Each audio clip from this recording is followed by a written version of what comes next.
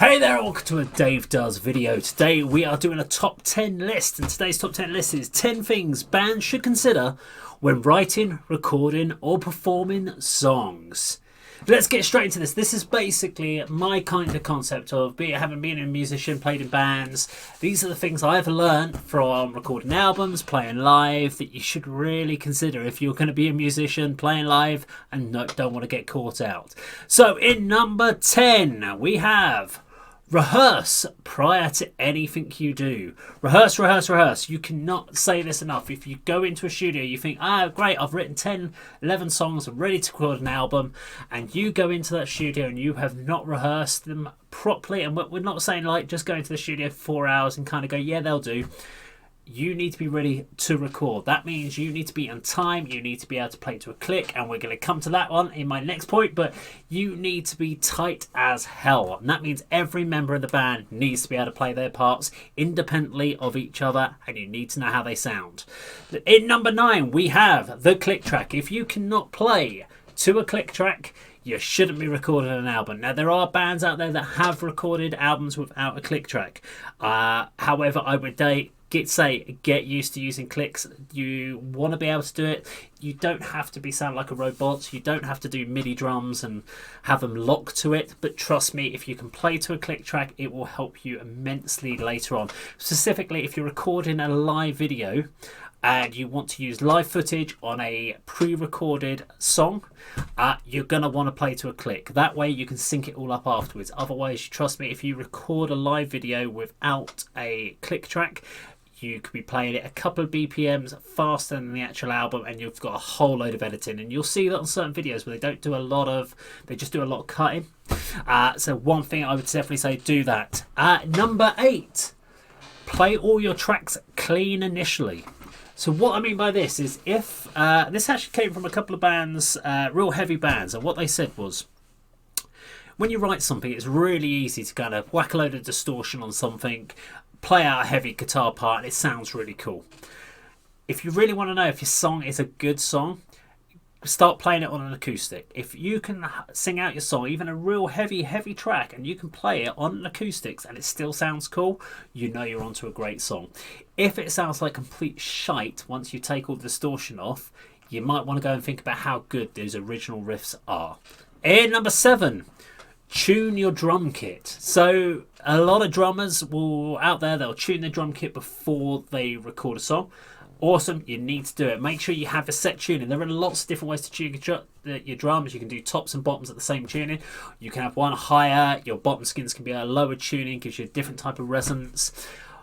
But also do that when you play live. When you're playing live, an out of tune drum kit is bloody awful. And the amount of times I used to borrow drum kits from other bands and they'd be out of tune. And what the biggest commendation you can get is you can turn up to a sound check, and the sound engineer, he asks you just to play through each rack tom, and you're like boop, boop, boop, boop, and he'll go, great, excellent, your kit's in tune, it makes my life easier. If he has to spend ages waiting for you to keep hitting it, that means he's having to work out some really bad frequencies from your drum kit. So tune your freaking drum kit.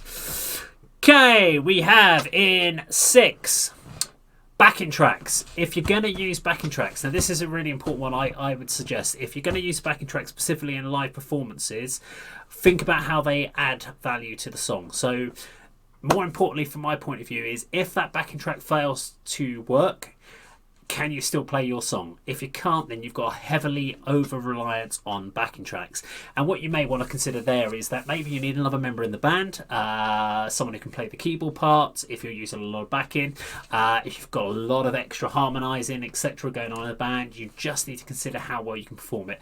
A great example of this is Fear Factory. Fear Factory had a lot of use of samples and triggers. On one of their earlier shows in the 90s, they all completely broke, they all failed.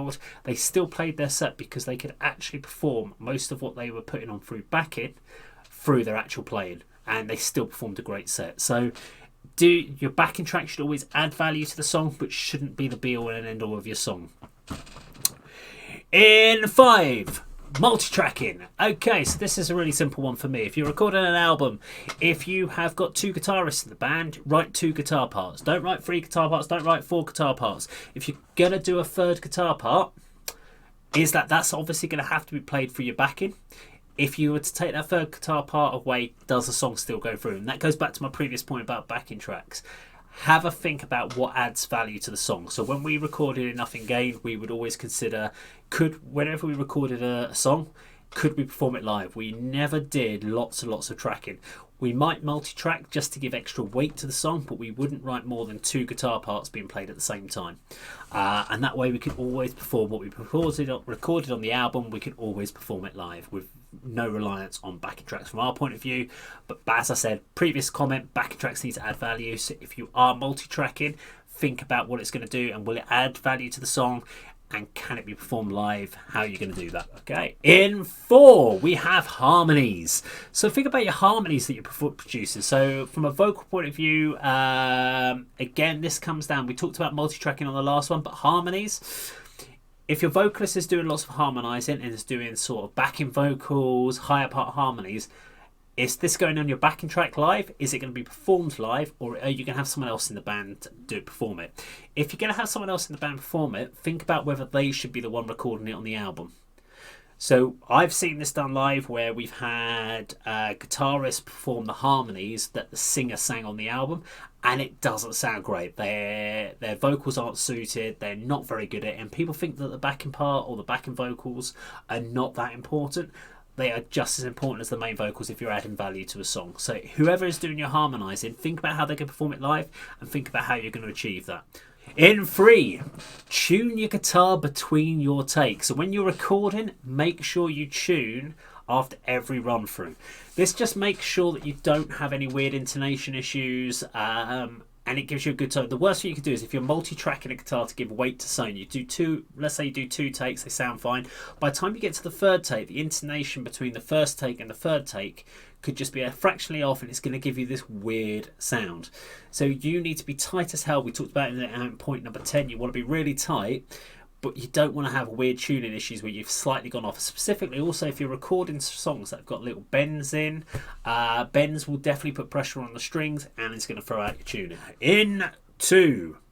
So, when you're playing live, think about your segues. Also, think about this on the album. When you're putting songs next to each other, how do they flow into each other? How does it naturally go sound when you have that 2-second break? But when you're playing live, one of the funniest things I've seen as a musician when I've been watching the band is they finish a song and they're like, yay, round of applause. And then the singer's looking around and going, oh, thank you very much. Our next song is... says the next song, and then you've got another 10 seconds of awkwardness while you're waiting for someone to start playing. We spent more time in Nothing Gained in our rehearsal studio working on the set list and the segues, thinking about, well, who's playing? Are we ringing out? Are we letting something fade? What's the time when the vocalist needs to stop to have a drink? So is this the point where they introduce the song? How many seconds is it before the song starts kicking in? So we watched footage of us in the early days and how awkward we were when we played on live and played on stage. It's really important to make the thing feel natural on stage. You need to continue that performance for the whole 30 minutes, 45 minutes, 2 hours you're playing. Have it really natural the whole way through. Try to avoid awkward pauses. Have clear segue sections. Know what the backup is. Also, in the same context, if you have got a problem on stage, let's say a guitarist's a quick piece of equipment fails, what's your backup? Who's going to do what? Is your solo going to have a little bit of a jam? Have something in your back pocket ready for those sections when it goes wrong on stage. And in number 1, this one is a key one for me. It may not be as big a thing for anyone else, but in number 1, have backup guitars tuned at the side of your stage. Can't say it's enough. Having backup equipment, this could also be a backup spare mic, this can be spare drumsticks. The worst thing I've ever seen happen on stage is a guitarist break their string. They go to the back, they've only got one other backup, it's in a different tune, it's on a lock-in trem, they can't retune it. I've seen people have to borrow guitars from other bands, and it's awkward. I've seen people just turn up with one guitar. You should have 3 guitars at the side of the stage. Have it on a pyramid or whatever you want to call it, a tri-stand. Always have a backup. Don't have it in lock-in trem, have it as an open, nice and easy standard tune that you can quickly just flick it into tuning as you need to. Have something backed up, ready to go, nice and versatile.